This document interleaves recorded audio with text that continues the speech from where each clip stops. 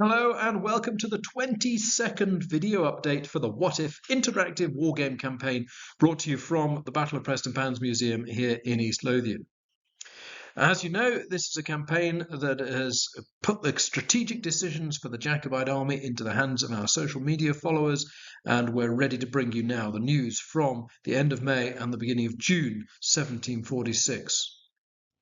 Now, our last positions are marked here. This is the Jacobite forces in blue, of course.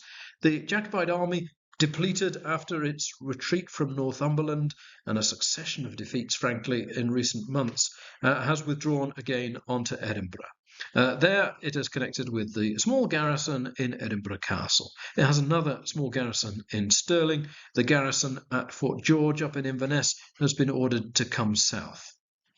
The British forces under the Duke of Cumberland and the Prince of Hesse-Kassel, they have moved up into the Lothians, moving through Dunbar and at Haddington.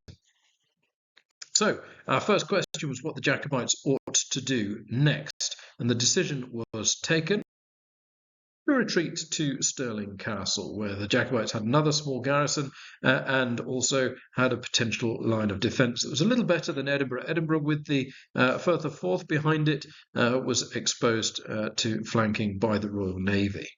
So the Jacobite army has taken the garrison from Edinburgh Castle, slighted the gates as best it could, and withdrawn on Stirling. The Duke of Cumberland has occupied Edinburgh without resistance, and he's sent Henry Hawley and the cavalry forward to Falkirk to keep an eye on the Jacobites at Stirling. The Jacobites then had a new decision to make. Do they hold their position at Stirling or attempt to move again? As had been proven 95 years before, in fact, Stirling was perfectly defensible against large enemy forces. The formidable castle there, of course, and the walls of the town themselves. Cumberland wants to bring this campaign to an end. The Jacobites bottling themselves up in Stirling will lead to a protracted siege, most likely, but he hopes that he can avoid that. He has options. He could do what the Cromwellians had done and move into the north by taking the army over the Firth of Forth. Jacobites have no available force to stop him. But what he actually decides he's going to do is move his army to Glasgow and then threaten to cut the Jacobites off from the Western Highlands that way, hoping that will budge them out of Stirling and bring them to an encounter quicker. But before he's able to actually action that, the Jacobites themselves withdraw across to Dunblane and then head north and, in fact, head up to Blair Castle. Now, the slighting of the Stirling defences is heard by Hawley and reported to Cumberland, and Cumberland heads off in pursuit, sending only a small force of militia across to Glasgow and leaving a small garrison in Stirling as well. So the Jacobites withdraw onto Blair Castle, which is where they set up their encampment.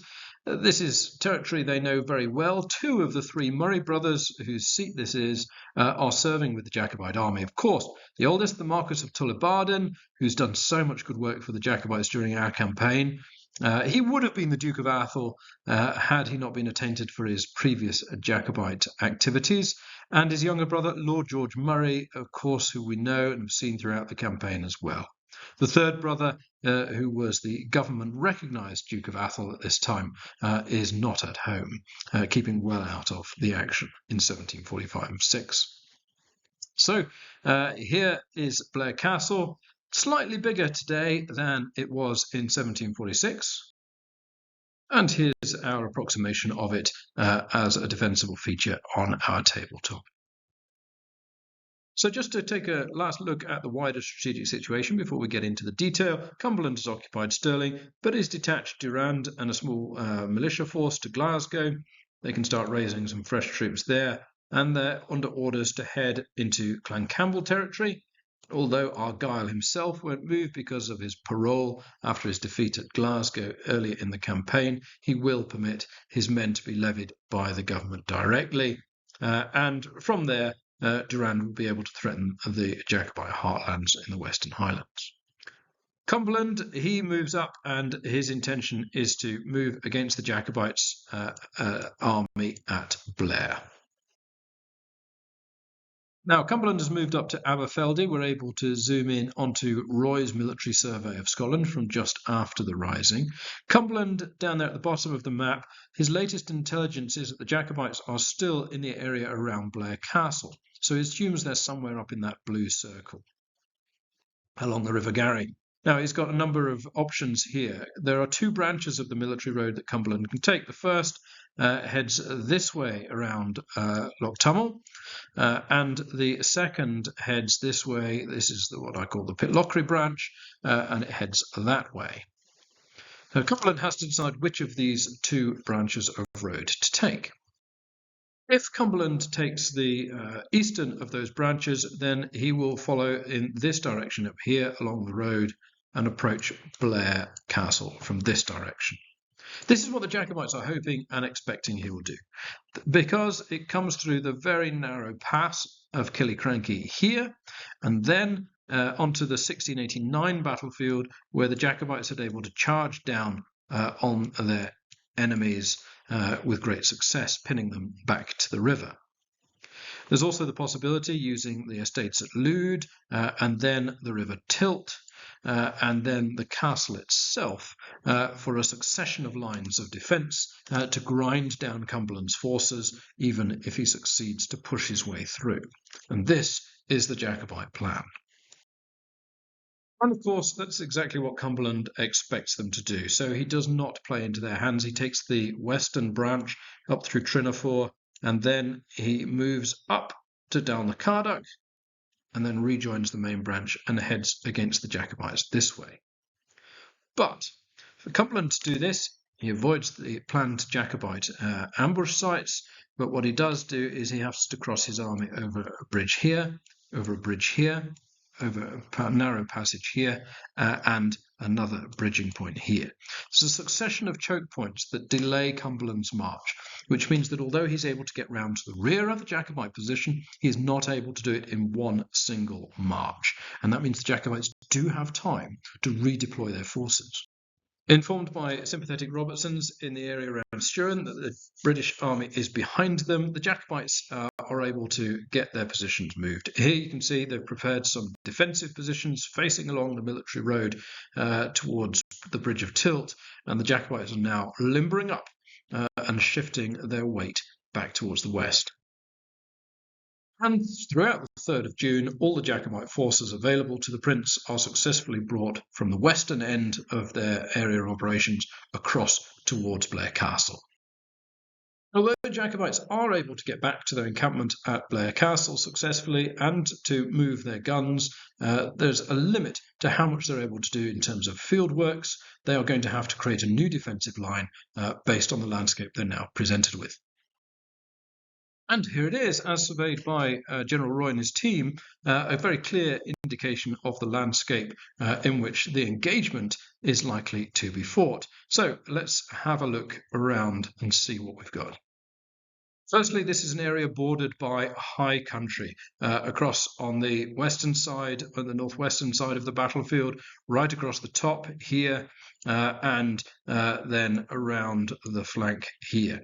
High ground, some of it will be impassable to regular forces, some of it will be tricky going even for Jacobite forces, and that will impact movement speeds around some of the outer areas of the battlefield. Moving clockwise around the map, then there's the village of Blair, now known as Old Blair, and the church there in which lies the body of none other than Bonnie Dundee, whose posthumous victory was won at the Battle of Killiecrankie just downriver. It's a bottleneck and it is a defensible feature in the landscape. Next we have the River Tilt, which runs down to join the Garry at the bottom of the map, with the old Bridge of Tilt, the bridge carrying the military road. It goes over the river and then doglegs very sharply to the right as you're coming from the west, and so another bottleneck and another potentially defensible feature as there's a small village on the eastern side of the river. Next, down at the bottom, we have Lude House, a walled estate, again a defensible feature and abutting onto the King's Highway there. Towards the bottom of the tilt, in the area of modern Blair Athol, there is a fordable point on the tilt, complete with standing stone, just before it goes off our table and joins the Garry. And in the centre, of course, Blair Castle itself. The castle itself is a strong point. It has complex grounds, however, which do restrict movement, although there are also some extensive park walls. There's a formal garden with strong walls immediately on the western side of the castle, and that sits within a walled park area. As you'll by now have come to expect, I've turned the map onto its side for you. There is Old Blair. There is the Bridge of Tilt. There is Lude. There is a strong hill behind Lude House, I should have mentioned. The ford is down here. There's a mill and the River Garry, which is actually going to be just off our table. The castle in the centre with its formal garden, and then the main estate walls here. So transferring that onto the tabletop, we have those same features. A high ground around the flanks of the table. We have Old Blair Village. We have the Bridge of Tilt. We have Lude House and the hill behind it. The ford near the mill, and the River Garry just off the stage to the right. The formal garden surrounding Blair Castle itself, and then the wider estate grounds. The military road, the main road up which Cumberland will be approaching, comes in from the bottom, of course. It is in this fairly complex and challenging landscape that Charles Edward prepares to defend his position against the Duke of Cumberland and the Prince of Hesse. Now, Charles Edward is heavily outnumbered. His men have been defeated in a succession of engagements. Is this going to be the encounter which finally finishes the Jacobite dream? Now, the Jacobites are hoping that they'll be able to use the features of the landscape to defend in depth, so they can be pushed back and fall back on better defensive positions. With that in mind, they've left a number of artillery batteries on the eastern side of the tilt, so that they've got pre-prepared positions to fall back on. Nevertheless, the Jacobites have pushed their right wing quite far forwards, beyond onto the western side of Blair. It's commanded by the Marquis of Tullibardine, and there he is with the Clandonald men, with Fraser of Lovat's regiment, and with the 2nd Battalion, although only surviving battalion, of the Duke of Perth's regiment. Next, inside the estate grounds of the castle itself, we have the Duke of Perth's division behind a Cheval de Frise. On the left of the picture there, those blue-coated men, you can see those are Derwentwater's dragoons who have dismounted for the action, the last of the English Jacobites. Behind them are some Athol men, and to the right of the picture, just sneaking in there, some lowland soldiers from what's left of Ogilvy's regiment. Now, you might have noticed in the last picture that behind the Duke of Perth's regiment was the Jacobites' powder magazine. Now, they'd been left at Blair because that would be assumed as a rear position if the battle had been fought nearer Killiecrankie. Now, it's far too far forwards, and a stray shot from one of the mortars of the British Army could well blow this magazine and cause serious problems for the Jacobites. So one of the Jacobite objectives early on in the game will be to get this stuff out of the way and back towards a safer position. Further along the Jacobite centre is Lord John Drummond. He is defending the walled gardens in front of Blair Castle, and he has with him the 2 surviving battalions of the French expedition, Ruth's and Dillon's. In close support of the castle and the centre is Cromarty's Highlanders, a full-sized regiment, and I should say the castle itself has been mounted with a number of guns which have been brought from Stirling Castle. And then Lord George Murray's, they are holding the ground between the castle grounds and the River Garry, and that's the 1st Battalion of the Athol Brigade, supported by a small unit of Camerons. We haven't seen any Camerons on the battlefield for quite a while. This small battalion here had been in garrison at Inverness for a while at Fort George, having replaced the Cromarty forces that had moved out of there earlier in the campaign. So these men in the Cameron unit there have been in arms for a while, but haven't actually seen action yet. Cumberland, it has to be said, doesn't much like the look of the battlefield, but despite its bottlenecks and its potential for being a grueling effort, he knows he has to win the battle. He has to finish the Jacobite challenge right here and now. And so he's determined to grind on forwards. He brings up a massed artillery battery, and his first objective is to batter down those outer park walls to create the space for his army to move up against the Jacobite line. I should have said earlier, the outer park walls are high and therefore they block line of sight, but they're too high for you to fire over. So they're an important landscape feature. They're not really a defensible landscape feature. They more funnel troops in certain directions.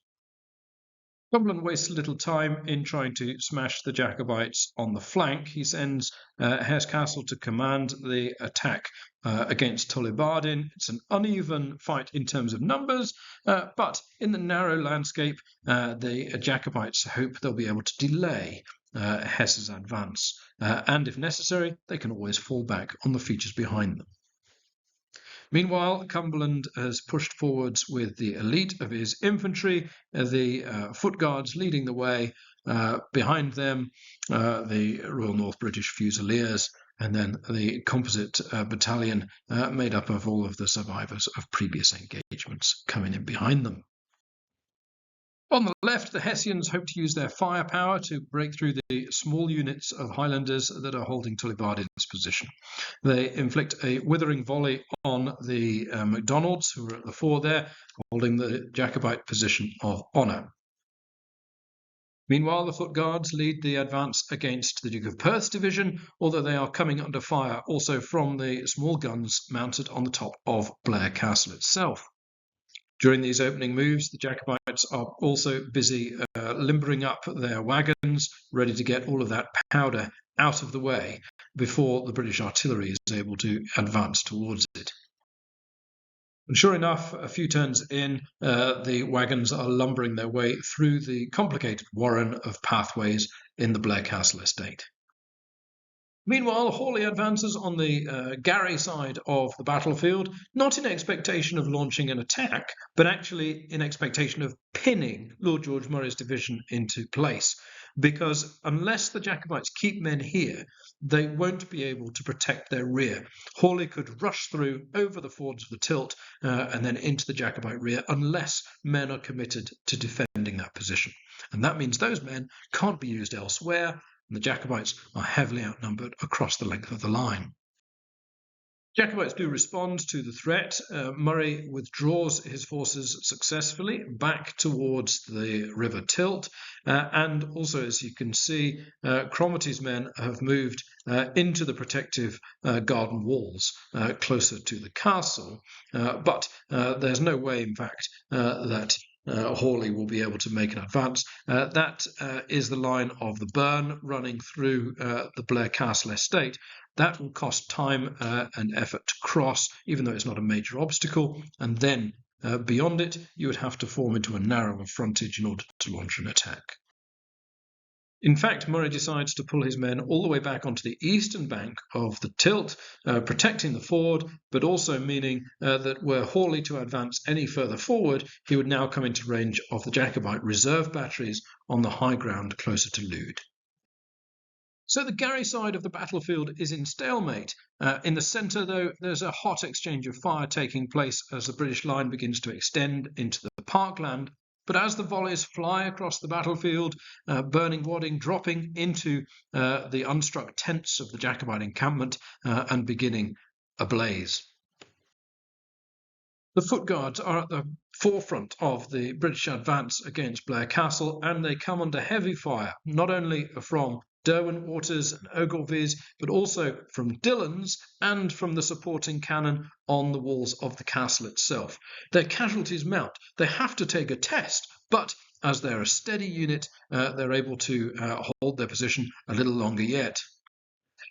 To their right, the Fusiliers are continuing their firefight, trying to draw some of the fire away by engaging with Dillon's. As that fire starts to spread through the Jacobite empty encampment, and the smoke from that soon begins to obscure the centre of the battlefield.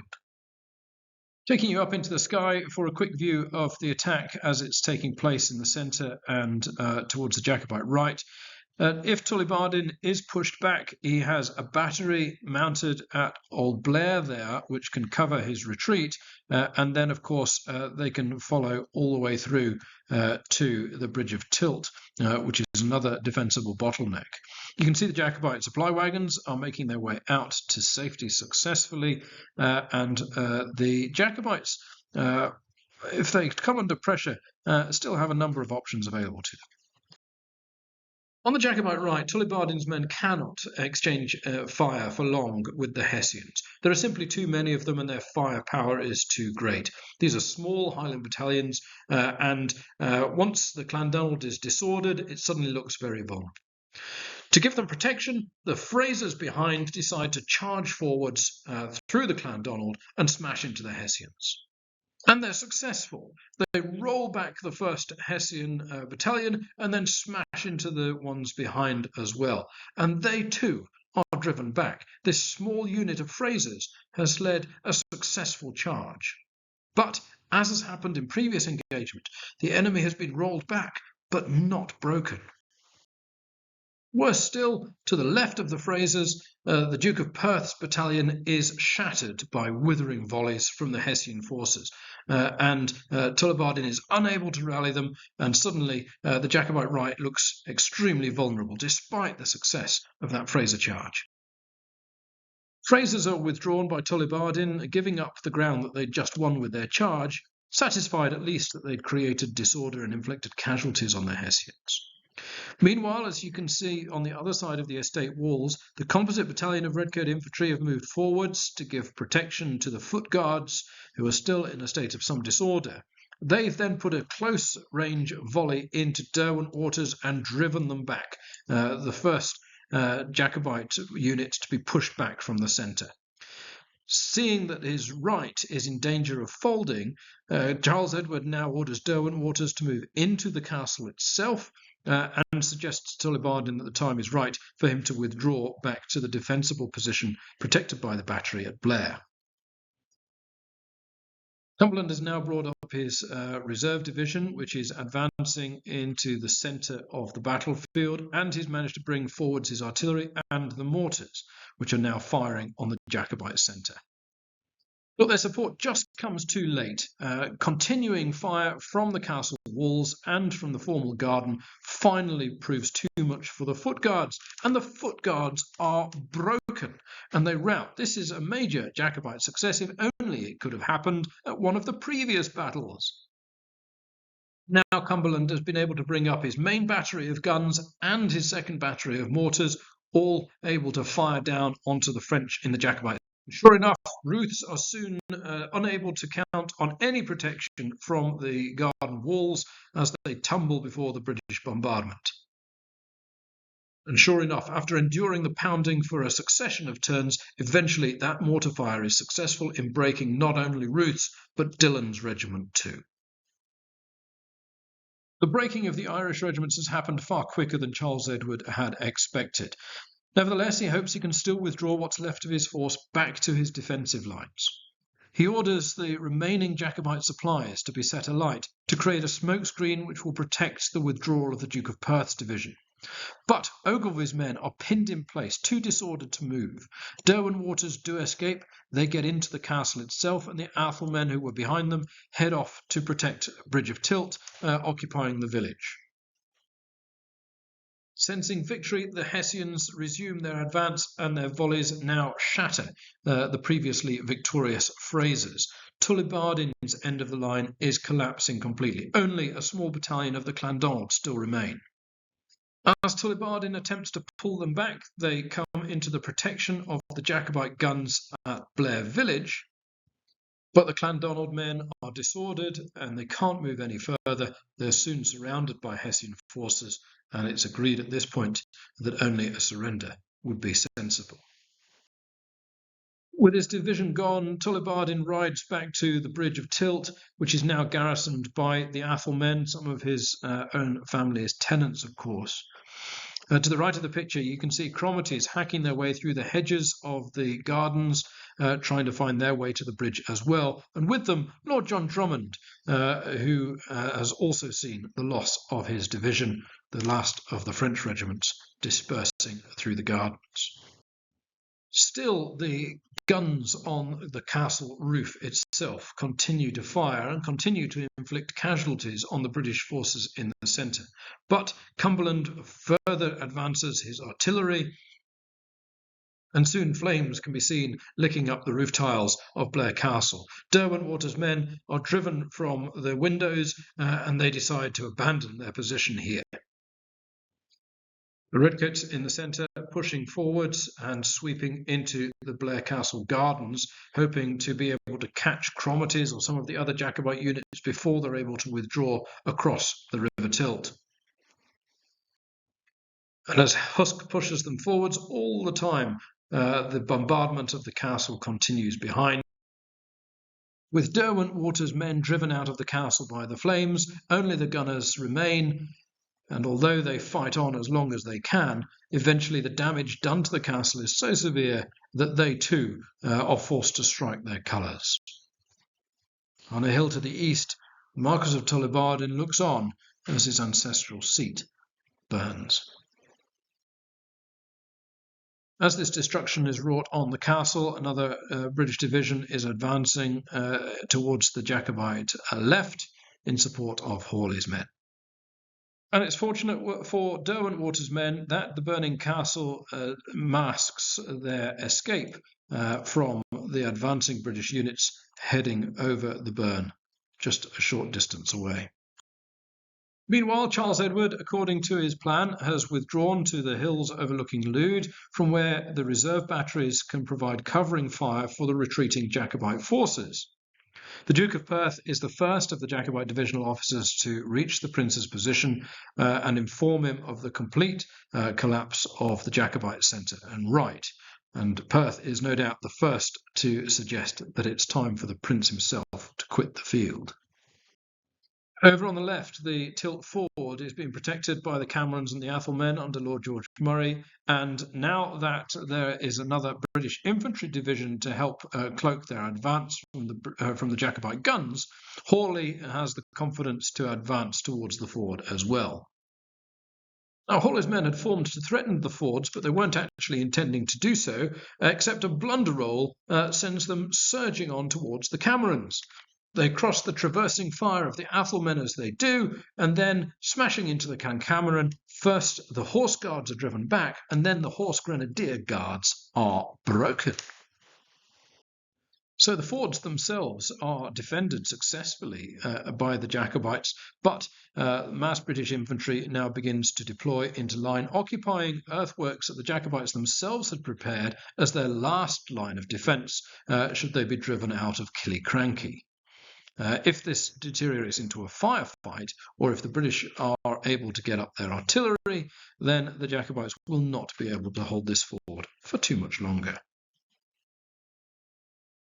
Meanwhile, with the Hessians delayed by the need to try and take that battery at Blair with minimum casualties, and with the composite battalion delayed by navigating its way through the gates and warrens of the estate gardens, Derwentwater's and Cromarties have both been able to successfully get themselves over the Bridge of Tilt.